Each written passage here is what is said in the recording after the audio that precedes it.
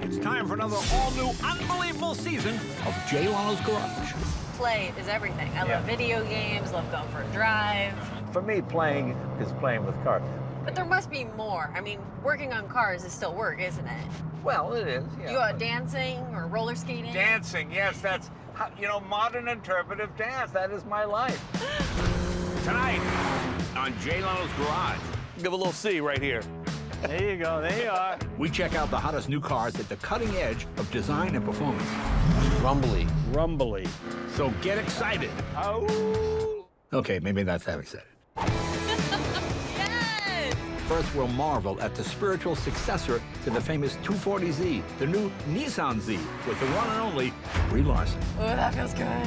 Then we'll make tracks in a McLaren with one of America's most competitive TV hosts, Alfonso Ribeiro. I try to win everything that I ever do. And finally, we'll get a hands-on look at the revolutionary technology behind the unbelievable Zinger 21C. The world's most power-dense production engine. This is what happens when hot rodders go to college. So hang on, because it's all happening right now at breakneck speeds. You just don't want to overshoot it and wind up in the dirt, and then I got to buy it.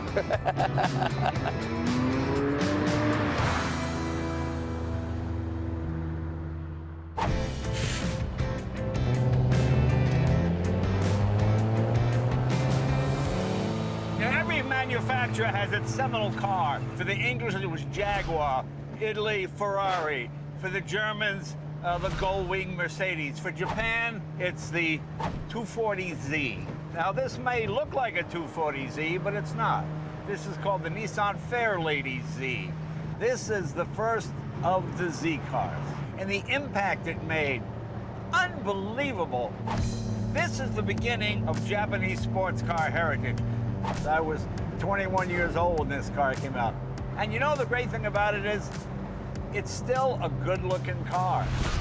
And just like me, this 1971 Nissan Fairlady Z holds up pretty well.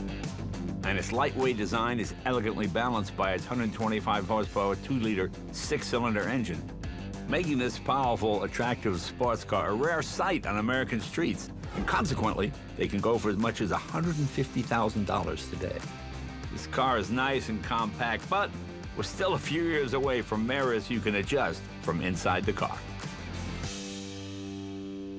The person we have to thank for this car in America was a gentleman named Mr. K. Mr. K was Japanese, but he loved American culture. The big horsepower cars, the pizza, the hamburgers. Mr. K convinced the Japanese manufacturers that Americans weren't going to buy a car with flowery names like Fairlady. He says, let's give it a Z name or an X name, letters that kind of made you think of performance or testosterone. And this car had plenty of it. It was one of the things that helped make the car successful. Now what's going to be fun, you're going to see the latest generation of this car. And I've got the perfect person waiting to drive it.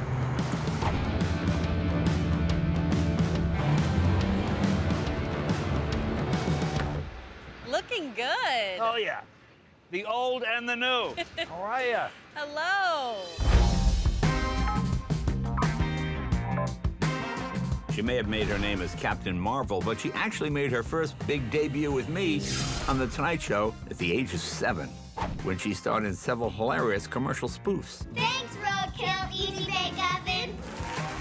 And when she's not saving the universe, she's winning awards and starring in other big movie franchises, like the highly anticipated new The Fast and the Furious. But today I'm excited because she's partnered up with Nissan to tell us about the exciting all-new Nissan Z. Well, congratulations on all your successes. Thank you. Congratulations on the Nissan. Very nice. Thank you. You've driven this. What do you think? I love it. Yeah.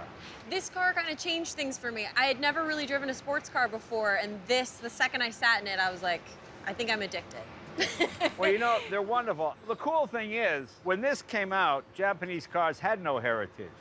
This is their first real sports car built for Americans. So now this car has over 50 years of heritage. You can see the Z influence. Yes. It's taking all the things that are from the history and bringing it into this new, beautiful package. The original car was about fun, having a car that's fun to drive, and this is exactly what this is. The new Nissan Z definitely inherited great genes from its predecessors. because thanks to its sleek aerodynamic design, it can grip the road. And a powerful 400 horsepower six-cylinder engine that is almost 4 times more powerful than the original. It's been over 10 years since the new Z hit the market, and it's about time. For just over $51,000, Nissan fans can score this iconic redesigned sports car that doesn't break the bank. I love the fact that you see the cues from this car on this car. Even the Z emblem, the tail, the front. This is a car that with about 125 horsepower. That was like, ooh. That seemed like a big deal back in the day. Yeah. Now this is 400. I mean, it has the spirit and the feel of this car with all the modern conveniences. You can see that this is the great-grandfather of that car. Yeah. Well, actually, it would be the there's a lot of greats here, great-grandfather. This Fairlady Z arrived in the United States in 1969 under the Datsun brand called the Datsun 240Z. And then it got busy, bringing the engine up to 2.6 liters, hence the 260Z. Then 2.8 liter to become the 280Z. Then Datsun became Nissan and welcomed the 300ZX. Then, long story short, 350Z, finally, the 370Z, and then that brings us to where we are today. Should we take it for a drive? Oh, I'd love to. You want me to drive? No, I'm driving. In the meantime, I want to check out a few supercars.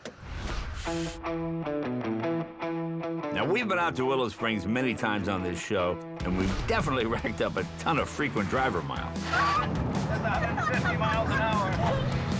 Paisley, cut those apexes! You keep thinking you're gonna slide, but you don't slide. No, you do not. And today, we're back at the track with my good friend, Alfonso Ribeiro. I'm uber competitive, and I can't help myself but try to literally win everything that I ever do. Little Napoleon right here. Well, you're not that How tall are you? 5'6", 7", something like that. 5, 6, 7. Well, I saw the lifts in the shoes, but I didn't want to say anything. These are not lifts. No. They're just big soles. I accept my shortness. Now, you may remember Alfonso best as Carlton from The Fresh Prince of Bel-Air, but he was bit by the acting bug way before that, opposite Ricky Schroeder on Silver Spoons. And now when he isn't hosting the mega hit America's Funniest Home Videos or competing on Dancing with the Stars, he's also one of the winningest celebrity streetcar racers of all time, taking home trophies at multiple Toyota Pro Celebrity Grand Prix events, including the last one ever held in 2016.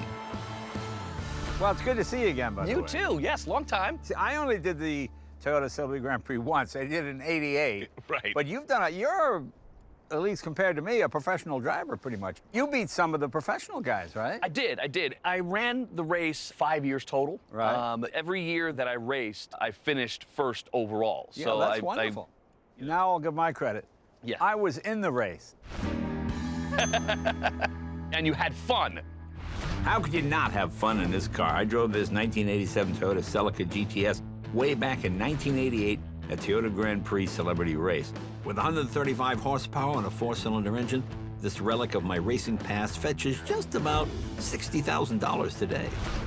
Now, Alfonso and I share a love for Toyota races, so he brought his 2013 Scion FRS prototype. Developed by Toyota Racing Development, its aftermarket supercharger brings its value to about $35,000. Packed with power and an extra low center of gravity, it's perfect for Alfonso to dance circles around me on the track. I had no idea you won as many races as you do. I got heavily into the racing world and loved it. You know, having my own race team.